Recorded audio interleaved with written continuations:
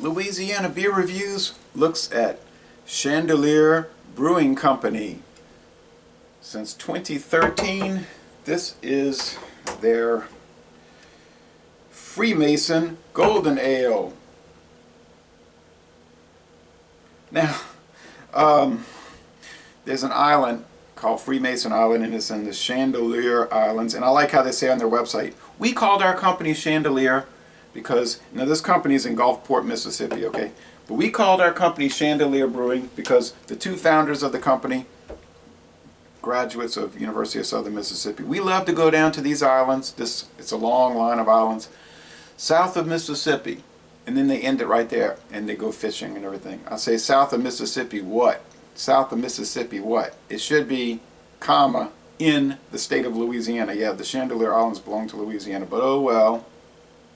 There's a redfish. So they are big-time fishermen, sport fishers, and they love to go down to the Chandeleur Islands. It says, Freemason, uniquely made of shells, is infamous for either quickly filling your stringer or tracking back to the boat with your tail between your legs. Whichever it is, there's no doubt the good times will outweigh the bad. So, and then on the back they even have a picture of the Chandeleur Islands. So they're like obsessed with these islands. And that's a big deal in Louisiana and Mississippi Gulf Coast, you know, offshore fishing, obviously. And even fishing in the bays and whatever. Okay. Drink Chandeleur beer and you'll catch more fish. Can you guarantee that? It feels good to buy local. Enjoy ice cold, it says here. Ice cold? Hey, that violates the protocols of the craft beer world. 5.3% alcohol. 13 international bitterness units. It's like one of these stick-on labels. You know how the craft beer companies that don't have a lot of funds, you know, they'll do these stick-on labels. It's not the best looking label, but you get what you can pay for, and if you can't pay for a lot, you get this, something like I would draw. At my skill level. Let's hope the beer is good. Where's the notes? They were saying, they were saying 2-row barley malt, Munich barley malt. They use white wheat and corn. Corn? That violates the craft beer world protocols. They say it's slightly sweet from corn. Gets no score on Beer Advocate, none on Rate Beer, because there's like 4 or 5 scores, ratings. And I was looking at them. I didn't read them, but I was just looking at they were kind of average.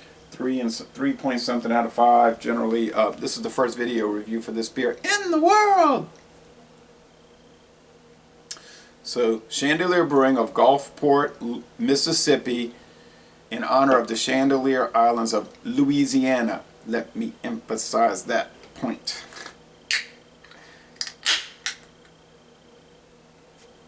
I bought this at the Red, White, and Brew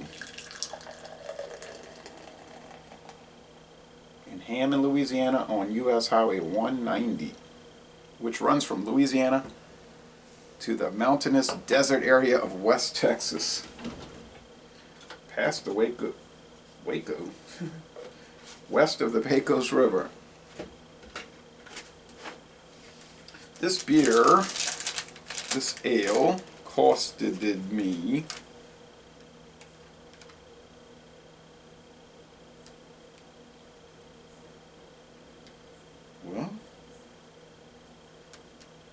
I don't see a price. Did they ring it up? Sierra Nevada Chandeleur Coconut Porter, that's coming up next, $1.99. New Belgium Gluttony, Ale Lager, Grand Cru. Uh-oh. Second time, these people not paying attention or something. I went to Acquista Pace and they put in a beer. And they didn't charge me that I could find. That was that West Hook X in this. So, I mean, I don't know what's going on. I'm not trying to hose these people. Look at that spongy, thick head. Slightly off-white. Whoa. Gotta get my props fixed. Come on. All right. It's golden. It's there's some little stray bubbles, not like fiercely bubbly. All the carbonation went to the top. Okay. It smells good. It's a full nose. It's pungent. It's corn and grains, right? It's very similar in the aroma. It's a golden ale. Honestly, it's similar to Valentine. Oh, yeah, go ahead. Den up you can so you can drive back to the Bronx and get another one. Valentine Triple X Sport, America's largest selling ale. Yes, it smells like this. From my recollection. I'm not doing the side by side. And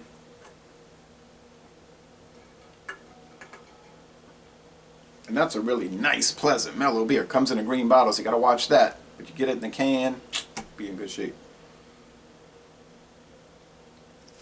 Not that different from Foster's Premium Ale.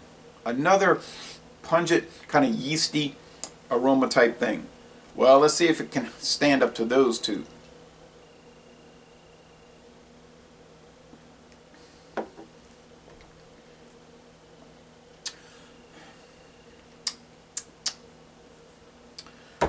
Looks like it can. The sweet corn adjunct flavor, the mellow malts. That 13 IBU seems just about right, and that's probably what the Valentine is. And that's probably around, now the Foster seems to be maybe more around 19 to 20 IBU, perhaps 22.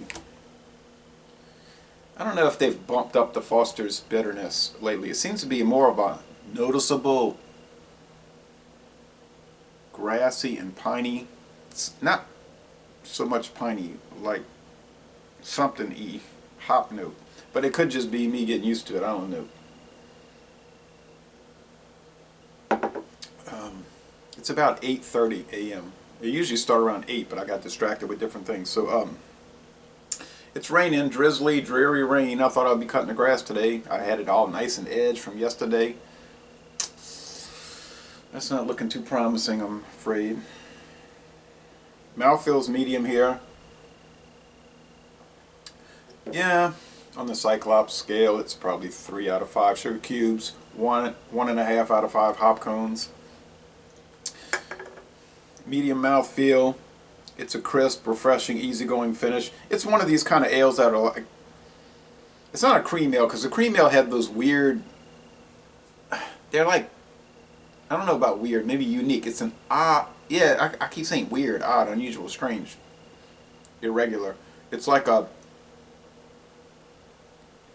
like the Duncan Hines cream cheese icing flavor. If you ever get the Duncan Hines, maybe Betty Crocker, like cream cheese icing, drink a cream ale like Genesee. It'll have that, it's got to come from the East, that strange thing about it, which after a while you get sick of drinking it. Whereas the Valentine or the Lord Chesterfield ale, or even the Foster's, which I think is more of an ESB, with the bitterness, those don't get wearying. You know, you can just keep drinking them and drinking them and drinking. If you're one of, now I'm a person that has those controls set in, so I'm not going to drink more than 4 12-ounce beers in a day anyway.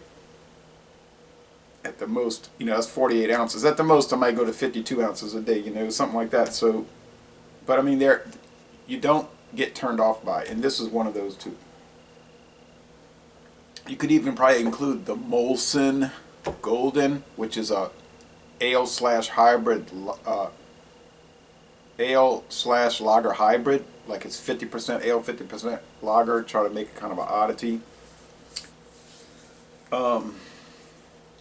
It's got an underlying corn taste. It's not bad. Yeah, so this is right up there with your Foster's, your Valentine. Now the question is it worth it for the price? I don't know. I mean, I'm not going to pay $1.99 for a little 12-ounce can when I can pay $1.79 or $1.89 for a 25.4-ounce can of Foster's. ale, right? So, but anyway, they did a good job with it. They're making what they're making, so I can't complain. Just looking at it, you know, not considering price. They did a good job. I wish them the best. So I would score it an A minus. You know, it's at the lower end of excellent, but